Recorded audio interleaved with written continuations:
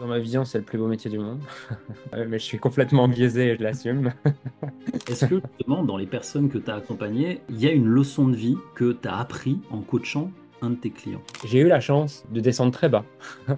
Parfois, descendre très bas, c'est ce qui te pousse aussi à changer. Si tu as un doute, c'est qu'il n'y a pas de doute. C'est que c'est en aimant la vie que tu as que tu crées la vie que tu aimes. Bienvenue dans Parole de coach. Aujourd'hui, j'ai la chance d'accueillir Julien Musy. Julien, pour les personnes qui ne te connaîtraient pas encore aujourd'hui, est-ce que tu peux nous parler de toi, de ton parcours et d'où tu viens, ce que tu fais? Yes. Alors, merci pour l'invitation. Mon parcours et ce que je fais aujourd'hui. J'ai Aujourd'hui, je dirais que mon temps, il est principalement dédié à continuer à découvrir l'humain, puisque ça fait maintenant plus de entre 10 et 15 ans que je me passionne pour ce sujet, mais je vais y revenir dans mon parcours. Mais en tout cas, mon temps, il est principalement dédié à ça et à Mhm. enseigner parce que je trouve ça aussi cool de le partager et ça donne du sens. Si je le faisais juste pour moi-même, je pense que ça aurait beaucoup moins de sens. Voilà. Mon parcours, je pense que ma vie a été marquée par le sport de haut niveau. Jusqu'à l'âge de 16 ans, j'étais plusieurs fois champion de France de tennis. C'était une vie qui était vraiment cool, qui était vraiment riche, dans lequel j'avais des buts. Je me levais le matin, tu vois, j'ai pas eu une enfance comme tous les autres. J'ai pas été à l'école de la cinquième à la première. Euh, et j'avais un but. Jusqu'à ce que je fasse une mauvaise saison à l'âge de 16 ans et que je me retrouve à, euh, à arrêter le tennis pour plein de raisons, dans lesquelles je ne vais pas forcément revenir en détail, mais en tout cas, plein de raisons ont fait que j'ai arrêté le tennis et que je me retrouve à 16 ans et demi à devoir retourner à l'école comme tout le monde et me dire, c'est quoi cette vie en fait? C'est quoi cette vie où tu suis un cadre et tu n'as pas de but qui viennent de toi et tu dois attendre que ça se passe, entre guillemets. Et j'ai eu la chance de descendre très bas dans cette phase. Pourquoi est-ce que je dis que c'est une chance? Parce que je pense que parfois, descendre très bas, c'est ce qui te pousse aussi à changer. Et parfois, quand tu vas pas assez mal, ben, tu peux rester un peu dans ce mal-être. Mais quand tu es vraiment en dépression, à te faire vomir plusieurs fois par jour, à te détester, à 23 ans, vivre encore chez ta mère et n'avoir jamais eu de relation amoureuse et tout ce que j'ai pu vivre, ben, tu tombes suffisamment bas pour te passionner par la souffrance humaine et par comment s'en libérer, justement. Mhm. Voilà, et c'est ce qui m'a amené effectivement à l'âge de 22 ans, après 5-6 ans, à essayer de mon côté, à trouver des choses pour essayer de m'en sortir, de me sortir avant tout de mes addictions. Je pense que c'était ma plus grosse souffrance, de tous les jours me dire, de savoir que je me détruisais, mais de tous les jours pour autant me dire, je me promets que c'est la dernière fois, mais d'être incapable de tenir cet engagement et de pas comprendre pourquoi est-ce qu'il y a cette dualité en moi, pourquoi est-ce que, ouais, vraiment, pourquoi il y a cette dualité en moi, pourquoi j'arrive pas à tenir cet engagement, comme s'il y avait une force qui prenait le contrôle de moi. Vraiment 5-6 ans d'enfer, on va dire. Enfin, ouais, d'enfer pour moi, de bataille avec moi-même, une vraie guerre intérieure, on va dire. Jusqu'à ce que plusieurs rencontres changent réellement ma vie. Une première avec un livre qui s'appelle Devenez ce que vous êtes de Nicolas Proupin, dans lequel je découvre cette phrase qui est toute structure qui ne suit pas sa raison d'être s'autodétruit. Pour moi, c'est quelque chose qui change ma vie. Je comprends que, au final, tous ces symptômes-là, ils sont là pour m'aider à me rendre compte qu'en fait, cette vie-là, j'en veux pas. Et que j'ai une autre raison d'être que juste travailler dans la banque et faire de la finance tout le reste de ma vie parce que c'est ce qui rassure mes grands-parents.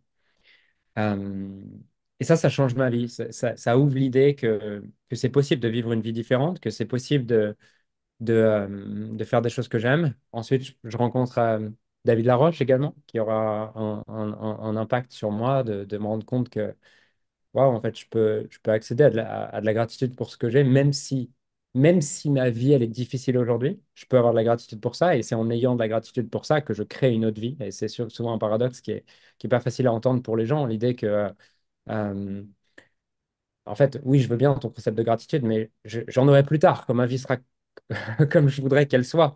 Mais en fait, c'est ton ingratitude qui continue à entretenir cette même vie parce que personne n'a envie de travailler avec toi si tu es entrepreneur, si tu es dans l'ingratitude, personne n'a envie d'être en couple avec toi, personne n'a envie d'être ami avec toi. Et le paradoxe, c'est que c'est en aimant la vie que tu as que tu crées la vie que tu aimes.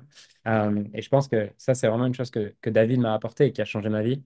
Et après, j'ai continué à apprendre parce que j'ai ce désir, je pense, qui me quittera pas de toute ma vie.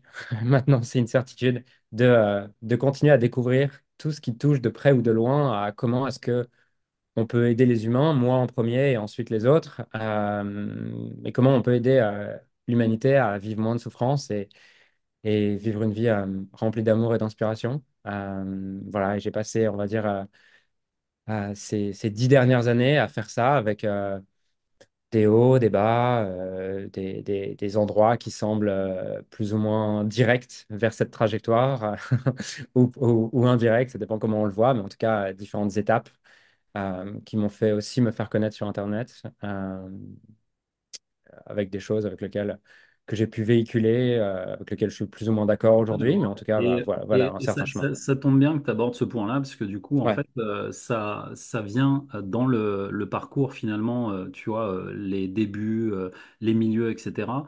Et comme on est plus, tu sais, centré ici dans l'émission sur le coach et le coaching, est-ce que, Mm. justement, avec tout ça, et ce que tu as appris aujourd'hui, puisque mon parcours t'a amené jusque-là, c'est quoi ta philosophie aujourd'hui quand tu accompagnes les gens? Donc, je ne sais pas si tu te définis en tant que coach, mais simplement, en fait, quelle philosophie aujourd'hui t'adoptes, bah, vu le parcours et vu tout ce que tu as vécu? C'est quoi ta philosophie d'accompagnant? Yes. Ma philosophie, c'est que la première chose que je vais toujours chercher à faire avec mes clients, c'est leur permettre d'apprécier là où ils en sont et ce qu'ils ont.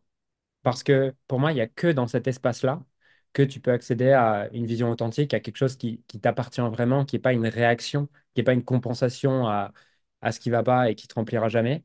Donc ça va être toujours ma première étape de là, de cet espace de gratitude pour ce qui est. J'aime pas cette notion d'acceptation, je préfère vraiment cette gratitude pour ce qui est, même si acceptation peut aider les gens peut-être à comprendre un peu. Dans gratitude, il y a quelque chose vraiment qui touche au cœur. L'acceptation, ça peut être un truc un peu neutre. Pour moi, dans la gratitude, il y a vraiment, ouais, en fait, je me rends compte que ce que j'ai aujourd'hui, ce que je pensais être un problème, est en fait une solution. Donc ça, c'est toujours la première chose que je vais faire parce que en général, mes clients viennent me voir quand il y a quelque chose qui va pas, qui les frustre, qui est insatisfaisant. Et la première chose que je vais faire, c'est les aider à aimer ça. Dans cet espace d'amour pour ce qui est, c'est là, pour moi, où peut émerger des véritables désirs profonds, des choses qui sont réellement en alignement avec qui est la personne. Et de là, on va pouvoir poursuivre ses objectifs si elle en a envie. Mais en général, une fois que de toute façon elle a touché à ça, elle n'a plus forcément besoin de moi, puisqu'elle est guidée par une autre force que le besoin que je la motive ou que je la pousse. Ça, c'est pour moi ce qui se passe lorsque tu es connecté à ce que j'appellerais des faux désirs, en tout cas Mhm. euh, des illusions. C'est que tu as besoin effectivement d'être poussé parce qu'il y a une part de toi qui te dit c'est pas ça que tu veux au fond. Voilà, donc finalement, ma philosophie d'accompagnement, on va dire qu'elle s'arrête là, puisque une fois que le client est connecté à ça, il a plus besoin de moi, il a une force beaucoup plus puissante et grande que moi qui l'aide au quotidien. Ok. Et selon toi, il faut quel genre de compétences pour les amener à ça? Euh, je pense que la première, c'est déjà un état d'être pour soi-même en tant que coach, parce que euh, si toi-même, en tant que coach, t'es dans tes illusions, en train de poursuivre en train de poursuivre comme un animal apeuré tes éléments pour survivre, bah, en fait, tu vas réagir à ce que ton client te dit et tu vas être dans la même... Dans le... En fait, il va te dire, ah, j'en sais rien, mon chiffre d'affaires a baissé de 30%. Tu vas être apeuré avec lui et tu vas projeter sur lui tes propres insécurités. Donc, je pense que la première chose, c'est déjà... euh, un travail profond pour ça, mais on va y revenir parce que, en tout cas, si tu veux, parce Ouais, que dans ce que je dis, tu vois, t'en as parlé, je sais pas si c'était en on ou en off, mais ça, c'est ma vision, c'est là où j'en suis. Ça veut pas dire qu'il n'y a pas de la valeur à être coach depuis un autre espace. Voilà, c'est mhm, ma philosophie. mhm, Euh, Pourquoi je dis ça? Parce que il y a 5 ans, j'avais pas cette vision-là. Mm.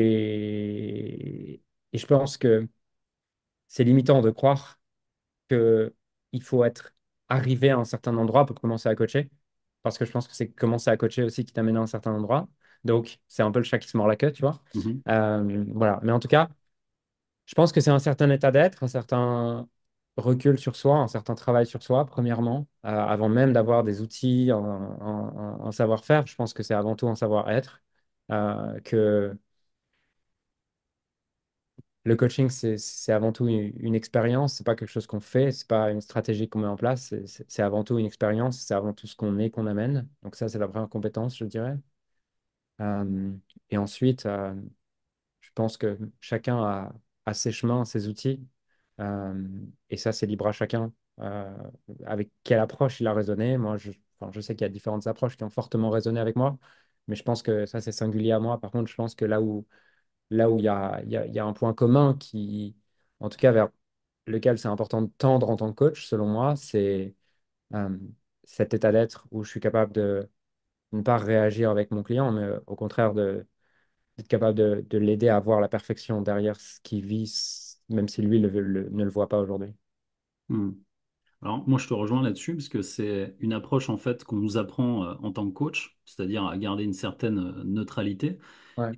L'idée, c'est que derrière ça, il y a vraiment en fait, oui, l'approche et le savoir-être, puisqu'on doit avoir une capacité d'écoute et de silence en soi, mais aussi de l'écoute de l'autre, et inversement.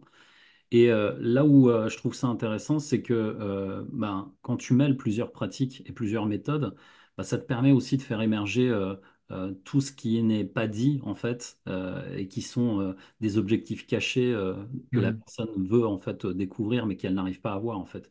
Et moi, je suis assez aussi de cet avis de dire que on n'a pas besoin en fait forcément de connaître tous les outils, effectivement de bien se connaître, mais on peut pas y arriver sans méthode, sans avoir une méthode. Toi, par exemple, Mhm. tu es arrivé avec toute, tu es passé par David Laroche, par plein de choses que tu as découvert, des outils, des méthodes qui t'ont permis de le faire, et aujourd'hui, tu en as tiré l'essence qui te permet aujourd'hui d'arriver à un autre niveau, tu vois. Et je pense que c'est de ça dont on a réellement besoin, une méthode en fait, tu vois, qui nous permet de trouver notre propre approche. Ouais, je, je, je sais pas si je suis d'accord. Je sais pas si je suis d'accord, mais en tout cas, je pense que je sais pas si je suis d'accord dans le sens où enfin, ça dépend ce que tu entends derrière méthode. Ça dépend ce qu'on met derrière méthode, encore une fois. Méthode, en Tu fait, vois, c'est l'expérimentation de plusieurs formes d'outils. Parce que il peut y avoir la PNL, il peut y avoir l'hypnose, il peut y avoir Mhm. un tas d'outils, en fait. Mais les outils ne définissent pas justement l'être, donc le coach qu'on peut devenir. C'est la méthode qu'on en tire nous-mêmes, en fait, de l'utilisation de ces outils. Et c'est ce qui te permet après de transcender, de faire quelque chose d'unique qui te ressemble. Ouais. Mais qu'est-ce que tu entends par méthode? Comment tu me définirais une méthode? Une méthode, c'est l'addition de plusieurs outils. Ok. Et dans outils, tu inclus et tu Ça exclus peut, quoi? ça peut être du coaching, ça peut être de la PNL. Tu peux mettre des outils très concrets comme des outils peut-être un peu plus à approche subjective, spirituelle. Ok. Ok. Ça me va. Si on élargit le mot méthode, ça me va.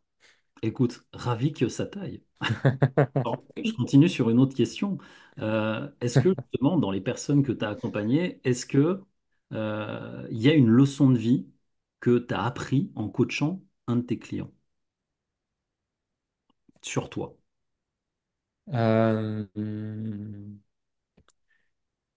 Ouais, je dirais 1000 en fait, dans le sens où je crois fondamentalement que on n'attire pas de clients sur lesquels on n'a pas une résonance. Hmm. Et que quand tu as l'humilité de regarder ça, bah, en fait, je me rends compte à chaque session qu'il y a une résonance avec ce que je vis et que demain, je me, rends- ouais, je me rends compte qu'il y a une résonance avec ce que je vis et que ouais, en fait, chaque client a une leçon, chaque client me pousse à regarder ce que je veux pas regarder dans ma vie, ou en tout cas que je ne vois pas. Euh, et quand je l'entends, je peux voir à chaque fois, ah oui, tiens, c'est peut-être pas forcément sur le même domaine de vie, c'est peut-être pas forcément exactement au même endroit, exactement dans le même contexte, mais il y a une résonance dans le challenge qu'ils rencontrent et celui que je rencontre dont je suis plus ou moins conscient. Hmm. Et qu'est-ce que tu penses aujourd'hui de l'évolution du marché du coaching et des coachs en général? Bah, j'en pense pas grand-chose. Euh, ouais, j'en pense pas grand-chose. Je pense que si je devais en penser quelque chose, là comme ça, et si je devais euh, laisser venir une pensée, Libre cours à tes pensées. ouais, ben, libre cours à mes pensées, je dirais que je pense que moi déjà dans ma vision, c'est le plus beau métier du monde. Mais je suis complètement biaisé et je l'assume. Mais en tout cas, pour moi, c'est le plus beau métier du monde. Et après, je pense que c'est aussi une opportunité professionnelle qui peut être marketée comme assez intéressante, dans le sens où tu peux facilement vendre l'idée que c'est le meilleur moyen de gagner 5 000 euros par mois en travaillant 4 heures par jour, en aidant les gens et sans avoir de patron et de chez toi. Donc, euh, vu comme ça, à partir du moment où ça devient une magnifique opportunité, ben, naturellement, des gens qui ont une valeur autour de, de l'argent, de l'entrepreneuriat, naturellement, quand il y a des opportunités, il y a des opportunistes. Ouais. Voilà. Et donc, à court terme, je pense que ça crée pas mal de bruit, peut-être à certains endroits. Maintenant, j'ai aussi confiance sur le long terme, et je crois que c'est pas très différent que tous les métiers. C'est-à-dire que Hmm. aujourd'hui, malheureusement ou heureusement, je sais pas, mais en tout cas, ce que je peux observer, c'est que dans 80, quel que soit le métier, 90% des gens le font avec un manque d'amour, avec un manque de passion, et le font pour survivre. Tu vois, tu regardes même un boulanger. Combien de boulangeries font vraiment du bon pain, font vraiment du pain avec amour, font vraiment des gâteaux avec amour. Donc, on peut critiquer le marché du coaching, mais pour moi, c'est juste un reflet d'une d'une société dans laquelle aujourd'hui le conditionnement collectif, c'est bon, bah, trouve une opportunité, gagne de l'argent, puis on verra après. Donc, Hmm. bon, je pense que 90% des coachs, comme dans tous les métiers, font ce métier par opportunité et le temps fera une sélection. Et c'est le cas parce qu'il y a une grosse croyance justement qui était répandue il y a quelques mois de ça. J'avais vu ça sur LinkedIn où il y avait eu pas mal de commentaires sur un post d'un influenceur dont je me souviens plus le nom, mais qui disait qu'il y avait des coachs partout en fait.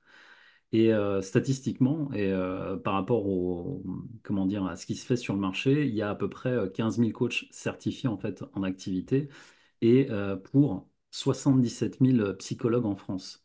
Donc, tu vois, le ratio, en fait, quand on regarde les psys, est complètement aberrant. Et surtout, à l'échelle de la France, c'est pas forcément le marché, je dirais, on peut pas dire qu'on voit des coachs partout. Mais par contre, la visibilité qu'on leur donne sur les réseaux sociaux, du coup, c'est ça qui peut-être aussi crée cet effet de halo, où on croit qu'il y a des coachs partout et effectivement des opportunistes, comme tu le disais, en fait. Et Ouais. par rapport à ça, est-ce que, ben, toi qui utilises aussi beaucoup les réseaux, est-ce que tu as aussi un avis sur ben, la visibilité justement de ces coachs et de leur authenticité peut-être sur les réseaux sociaux? Euh, Tu peux préciser ta question? Ben, l'idée en fait, c'est de savoir comment tu vois l'utilisation des réseaux sociaux pour un coach. Comment je la vois dans le sens comment, comment je pense que c'est le mieux l'utiliser, comment je... Ouais, ouais. Le mieux Ok, utilisé pour pouvoir mettre justement en avant ses qualités de coach et ses services aussi. yes.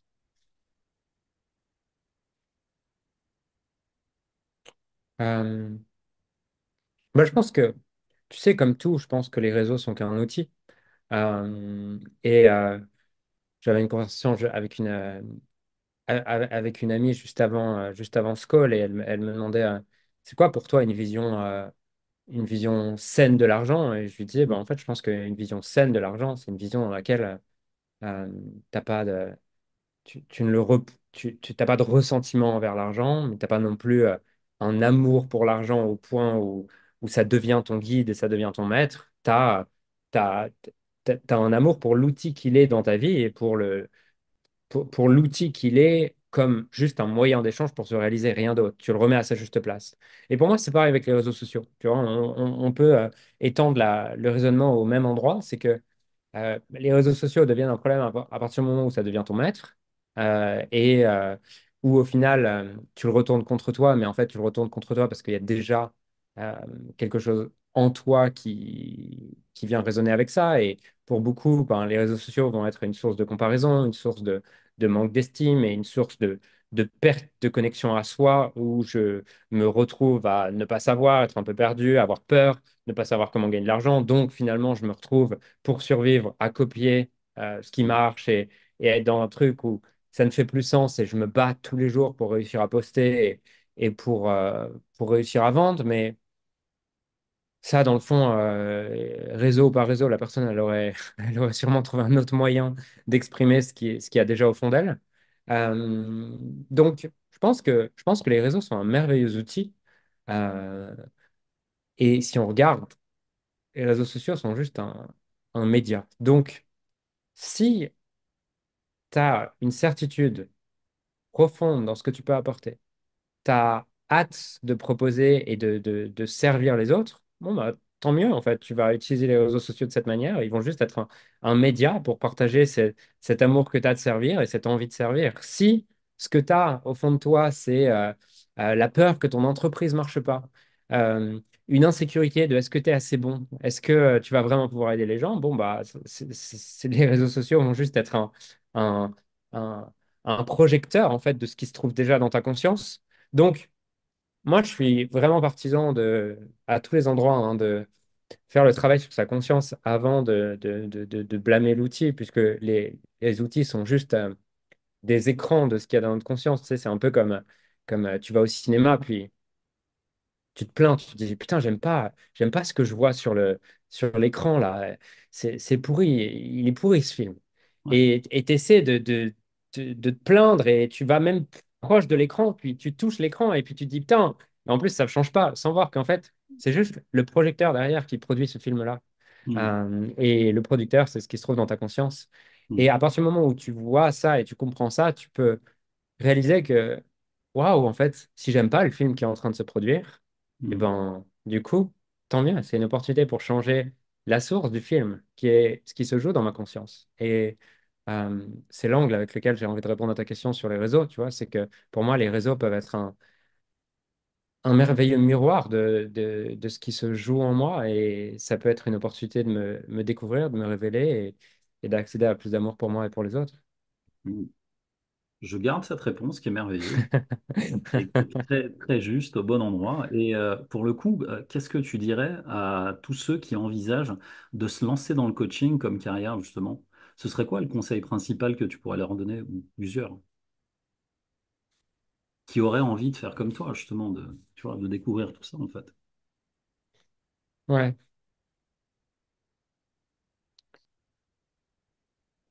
La première chose, je pense que ça doit être un appel euh, et pas un choix. C'est-à-dire que pour moi, j'ai pas choisi le coaching. Ça a vraiment été un appel. Je me souviens d'un moment que j'ai dans une visualisation où je dois avoir 22 ou 23 ans et j'ai mon corps qui se met à trembler et je, je peux pas. J'ai vraiment mon corps qui se met à trembler. Je vois la lumière et je me vois en fait en train de coacher des milliers de personnes. Et, euh, Et à ce moment-là, j'ai pas l'argent. À ce moment-là, j'ai pas l'argent pour m'inscrire dans une école de coaching. Euh, j'ai rien qui me destine à être, qui me prédestine à être coach, puisque à ce moment-là, j'ai encore ces addictions. Je vis encore chez ma mère. J'ai rien coché dans ma vie. Enfin, j'ai presque tout coché à l'inverse dans ma vie de ce qui va. Il n'y a rien, il y a rien qui va. Et pour autant, à ce moment-là, je sais que c'est ce que je veux faire de ma vie, tu vois. Et le soir, je rentre et je demande à ma mère si elle peut me prêter de l'argent pour aller m'inscrire dans une école de coaching. Et le lendemain, je m'inscris dans une école de coaching et je sais que c'est ce à quoi je veux dédier ma vie, c'est un appel. Et quelques semaines plus tard, je discute avec mon grand-père et à la fin du repas, il me dit Julien, est-ce que je peux te parler? Je dis ouais, vas-y. Il me dit en fait, Julien, t'arrêtes de faire n'importe quoi avec ton truc de coaching et tout là. Quand est-ce que tu te trouves un vrai métier? Et à ce moment-là, je suis énervé, je suis en colère. Et pour autant, euh, bah, en fait, ça va pas m'arrêter. Et c'est ça que je trouve intéressant dans la critique, dans le jugement, dans tout ça, c'est que tu sais que tu aimes vraiment un projet quand c'est dur, quand tu as des critiques face à toi, tu continues tout de même. Et pour moi, ça doit être un appel, ça doit pas être une opportunité. Si c'est une opportunité, tu n'es sûrement pas au bon endroit. Ça veut pas dire qu'il n'y a pas quelque chose qui résonne là-dedans. C'est-à-dire qu'il y a peut-être quelque chose qui résonne dans être sur Internet, dans communiquer des messages, tu sais, il y a peut-être quelque chose, il y a probablement quelque chose autour pour que ça te parle. Mais si c'est pas un vrai appel, c'est qu'il y a quelque chose à ajuster dans la vision que tu as. Et je sais que moi, j'ai des amis qui, par exemple, sont très lucides sur le fait que bah, eux, juste, ils aiment pas coacher et écouter les gens, c'est hyper chiant pour eux. Et ils Hmm. ont compris que peut-être ils étaient des créateurs de contenu, peut-être qu'ils étaient des formateurs, peut-être qu'ils étaient euh, autre chose. Mais en tout cas, pour moi, ça doit être un appel. Et si ça ne l'est pas, tu peux continuer, hein, parce que tu trouveras peut-être ton appel sur le chemin. Mais une vie n'a du sens que, pour moi, que lorsque tu suis ton appel. Et en anglais, tu vois, on parle de your calling. Vraiment, cet appel. Et pour moi, your calling, c'est pas juste un terme, c'est vraiment un appel qui vient du plus profond de toi. C'est ce que je veux faire de ma vie. Et si tu as un doute, c'est qu'il n'y a pas de doute, tu vois. Dans le sens où c'est comme quand tu demandes à tes potes, je sais pas si je suis amoureux. Ok, pour moi, c'est que tu l'es pas. Alors, si tu l'étais, tu le saurais. C'est exactement ça. On va garder le calling. Effectivement, si on a l'appel profond, ça va parler dans tout notre être.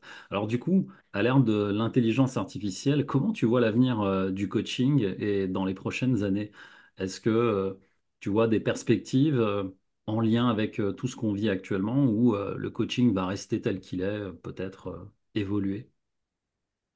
Euh, J'en sais pas grand-chose. Euh, J'en sais pas grand-chose. Ce que je pense, c'est que de toute façon, la vie évoluera. Et ça, on n'y peut pas grand-chose. On peut pas l'arrêter. Voilà, on peut pas l'arrêter. Donc, la vie évoluera et la forme évoluera. Euh, Probablement que la forme de mon activité évoluera. Et pour moi, c'est juste une question de comment je reste au contact de mon marché pour continuer à le servir, si ça fait toujours sens de le servir avec les formes qui ont évolué. Maintenant, c'est sûr que je pense que 90% des métiers actuels vont disparaître et c'est comme dans tous les métiers, c'est-à-dire que les 1% des meilleurs du métier euh, resteront, les 99 autres pourcents, bon, ben, seront remplacés par des IA et des robots. Euh, et je trouve d'ailleurs que je sais pas si tu as essayé des outils, mais j'ai essayé un outil notamment qui s'appelle Rosebud. Franchement, T'as essayé? Tu Non, connais? pas du tout. Alors Non? Ok, raconte-nous, ouais, ok. vas-y. Bah, Rosebud, c'est justement une app qui te coach, entre guillemets, qui te coach. Et au début, je me suis dit, bon, je vais essayer, mais franchement, ça doit être de la merde. Ça doit être de la merde et tout. Franchement, j'ai essayé. J'étais impressionné, vraiment impressionné. Je pense que cette app, elle fait un meilleur job que 90% des coachs et elle fait un meilleur job que moi les jours où je suis pas au top de ma forme, clairement. Et que même à la fin, on pourrait dire oui, mais il y a pas la relation émotionnelle, il n'y a pas la confiance et tout. Franchement, j'avais de l'affection pour, pour ce coach. Voilà, donc je pense qu'en vrai, l'IA est déjà à un niveau meilleur que 95% des coachs. Ce qui nous sauve, entre guillemets, c'est quoi? C'est que le consommateur n'est pas encore vraiment prêt dans sa tête. C'est juste ça. Ok. Donc, on est voué à être remplacé, c'est ça? En tout cas, on est voué à s'adapter et à s'ajuster en fonction de la vitesse à laquelle la vie s'adapte. Ma foi. On va garder ça aussi, l'adaptation, l'adaptabilité, qui est quand même Hein. une des grandes forces de l'humanité, c'est d'avoir pu s'adapter, quoi. Mais d'ailleurs, tu sais, pour moi, ça rejoint cette notion de calling, dans le sens où Mhm. euh, quand tu sais au plus profond de toi que c'est ce que tu veux faire le reste de ta vie, bon, bah en fait, que, que la forme change, c'est pas très grave. Je sais que je veux dédier le reste de ma vie à continuer à explorer comment je m'aide et j'aide les autres à me libérer de la souffrance, à accéder à plus d'amour et d'inspiration. Aujourd'hui, c'est sous la forme de coaching. Aujourd'hui, c'est avec Zoom, avec une interface et de la vidéo, de l'audio. Si demain, c'est sous une autre forme, si demain, il faut parler à une IA et nourrir cette IA pour que derrière, elle aille coacher les gens, en fait, c'est pas très grave, puisque la mission, elle restera la même. Mhm. La forme peut changer. Et ce que je trouve fascinant, c'est que c'est aussi un bel indicateur, c'est que lorsque tu fais pas les choses réellement connectées à ta mission, bon, bah, effectivement, tu ne veux pas que les choses changent parce que tu es attaché à ta forme, parce que tu n'es pas connecté au fond. Quand tu es connecté au fond, la forme peut changer, c'est pas très grave. Très puissant. Et on va garder ça aussi. Est-ce qu'il y a un dernier message qui te tient à cœur, que tu as envie de passer ici à la communauté des coachs? Euh,